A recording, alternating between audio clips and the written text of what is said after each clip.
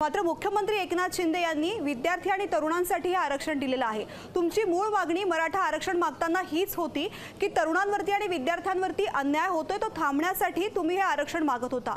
ती तुमची मागणी आता मुख्यमंत्र्यांनी पूर्ण केलेली आहे, तरी सुद्धा तुम्ही खुश नाहीत का?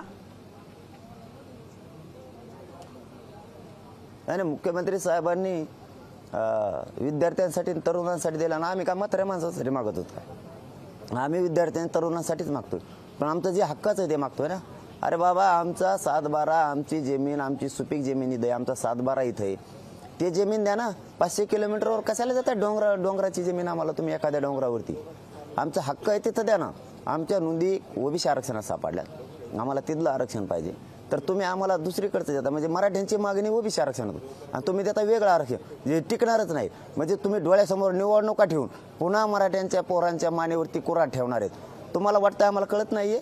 आता पूर्वीचा मराठा नाही राहिला, सगळे हुशार झाले, सगळ्यांना कळतंय आता ही आपली फसवणूक आहे म्हणून। कारण तुम्ही ते आरक्षण देणार, ते नाही टिकणार, पुन्हा उद्या वाटोळं होणार आमचं। म्हणजे आमची मागणी ओबीसी आरक्षणात, तुम्ही देणार वेगळं आरक्षण जे आम्हाला मागणीच मराठ्यांची नाही। करोडो मराठ्यांची मागणी ओबीसीतून आरक्षण, आणि मराठी ते मिळवणार आहेत, काळजी करू नका। सरकारने काळजी करायची गरज नाही, आम्ही सज्ज आहेत लढायला आणि आम्ही लढणार आहेत। त्यासाठीच उद्या दुपारी 12 वाजता आम्ही आंतरवल्ली बैठक लावली। आम्ही मराठा समाज सगळे विचार करून आंदोलनाची पुढची दिशा लगेच उद्याच्या उद्या ठरवणार आहेत आणि तारीख सुद्धा उद्या ठरवणार आहेत। आंदोलन कोणचं, कोणत्या स्वरूपाचं आणि कसं, पण मराठी जाहीरपणानं सांगतो सरकारला सुद्धा, आम्ही सगळ्या स्वारींची अंमलबजावणीच मिळणार आहे, त्याशिवाय आम्ही थांबत नाही।